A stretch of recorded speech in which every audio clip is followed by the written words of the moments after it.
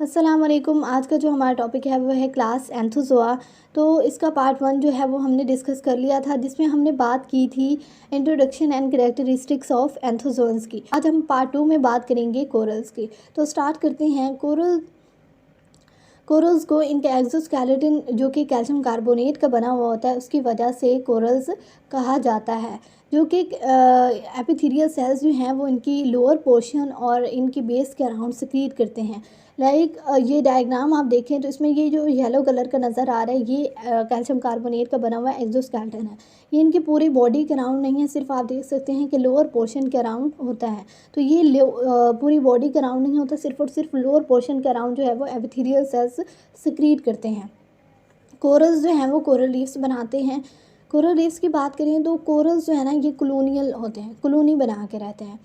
तो जो उस कॉलोनी में, जैसे कि आप डायग्राम देखें तो it is a part of A colony, जिसमें आपको 3 डिफरेंट कोरल्स जो है वो नज़र आएंगे। तो ये कोरल्स जो हैं ये एक कॉलोनी बना के रहते हैं, ये और एक दूसरे के साथ कॉलोनी में अटैच किए हुए होते हैं through the calcium carbonate skeleton.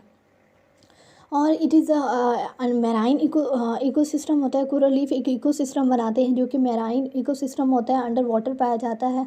उसके अलावा it is second most diverse and largest ecosystem on the earth. ठीक है। और इसको हम डिटेल में बात करेंगे जब हम wild life alert about coral reefs की बात करेंगे, तो उसमें हम इनको डिटेल में डिस्कस करेंगे। नेक्स्ट है कि इनके पास अगर हम सी एनिमोन्स के साथ इनको कंपेयर करें, इनके स्ट्रक्चर को कंपेयर करें, तो ये बिल्कुल सिमिलर होते हैं सी एनिमोन्स के साथ। लेकिन सिर्फ इनमें एक स्ट्रक्चर जो है साइफोनोग्लिफ्स जो है वो नहीं पाया जाता।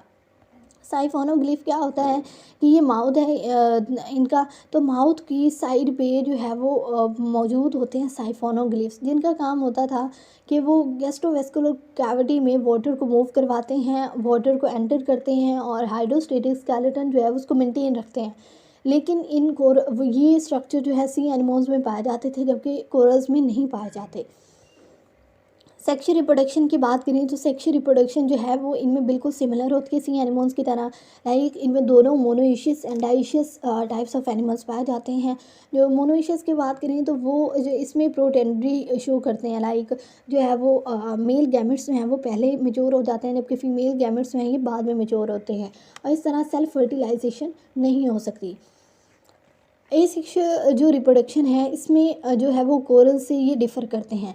लाइक कोरल्स में क्या होता था, पैडल लेसिडेशन होती है, फिशन होती है, जबकि इनमें ये अपनी कॉलोनी के ग्रो करते हैं थ्रू एसेक्सुअल रिप्रोडक्शन जो कि है बर्डिंग। ठीक है। बहुत हमने बात की थी पिछली वीडियो में सिम्बियोटिक रिलेशनशिप्स की, कि जो एंथोजोन्स हैं ये सिम्बियोटिक रिलेशनशिप्स बना के रहते हैं डिफरेंट एनिमल्स के साथ। तो कोरल्स भी इसी तरह जो है वो सिम्बियोटिक रिलेशनशिप्स बना के रहते हैं, और एल्गी और कोरल जो है ये आपस में सिम्बियोटिक रिलेशनशिप बना के रहते हैं, जो कि म्यूचुअलिस्टिक रिलेशनशिप है।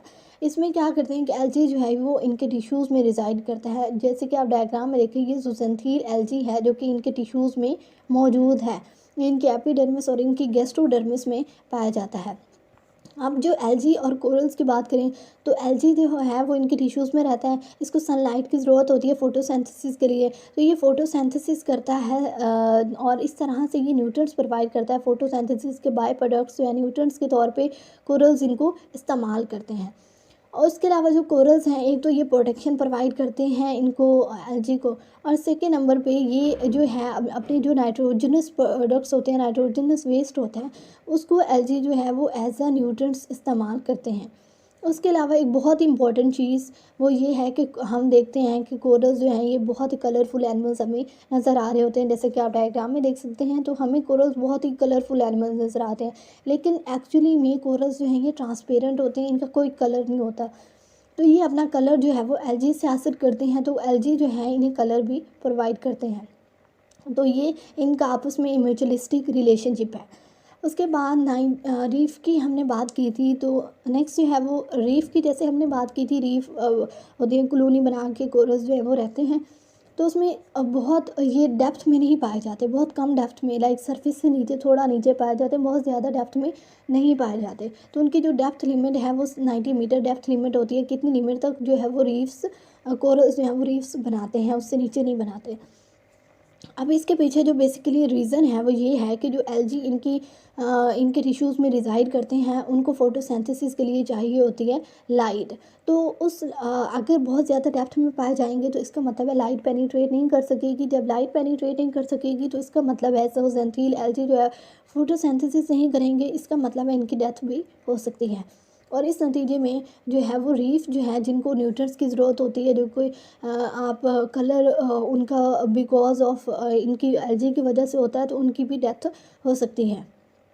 तो इसमें कुछ डिस्टर्बेंसेस जिनकी वजह से ये हो सकता है, तो वो इन्वायरमेंटल डिस्टर्बेंसेस हो सकती हैं, नेचुरल कैलामिटीज़ हो सकती हैं, ह्यूमंस को डिस्टर्बेंसेस काज कर सकते हैं मैराइन वाटर में, तो इस वजह से ये जो है इकोसिस्टम डिस्टर्ब हो सकता है।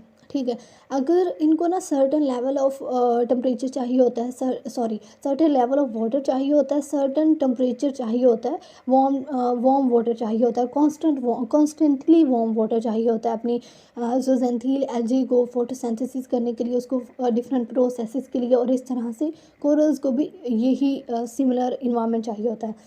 तो अगर जो है किसी भी अगर तो वाटर का टेम्परेचर इंक्रीज़ हो गया ऊपर नीचे, या फिर वाटर लेवल ऊपर नीचे हो गया, तो इसका मतलब है ये एक डिस्टर्बेंस है। ठीक है, इस डिस्टर्बेंस की वजह से क्या होगा कि ज़ूसेंथिल एल्गी की डेथ हो जाएगी। उससे क्या होगा कि जो कोरल्स जो हैं उनमें डिस्टर्बेंस होगी, उनमें ब्लीचिंग स्टार्ट होगी।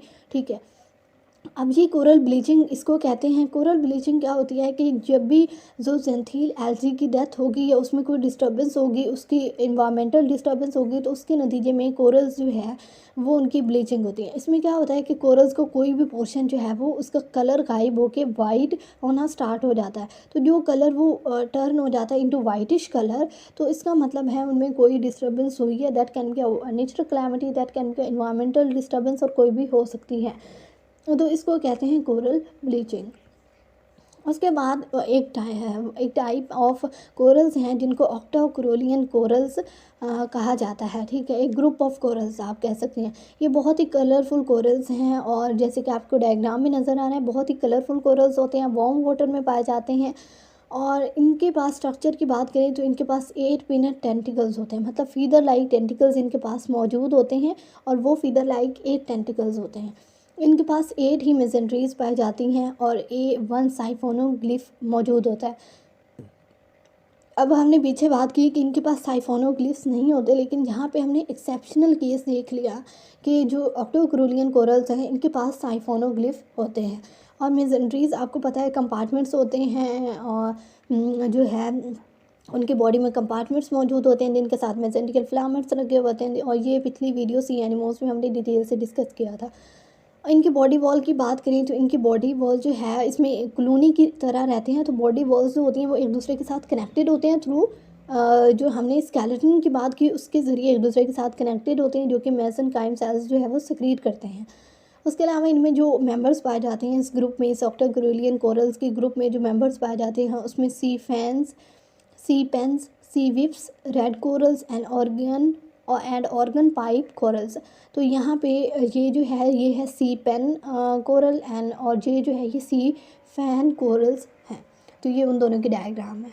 और ये थी क्लास एंथोजोआ जिसको हमने डिटेल में अब डिस्कस कर लिया है, सी एनिमल्स को भी, कोरल्स को भी, इनके कैरेक्टरिस्टिक्स को भी। अगर कोई भी क्वेश्चन है तो आप लोग कमेंट बॉक्स में पूछ सकते हैं। उसके अलावा जो है वो चैनल को सब्सक्राइब ज़रूर कर दें, और जो है वो वीडियो को लाइक कर दें। अल्लाह हाफिज़।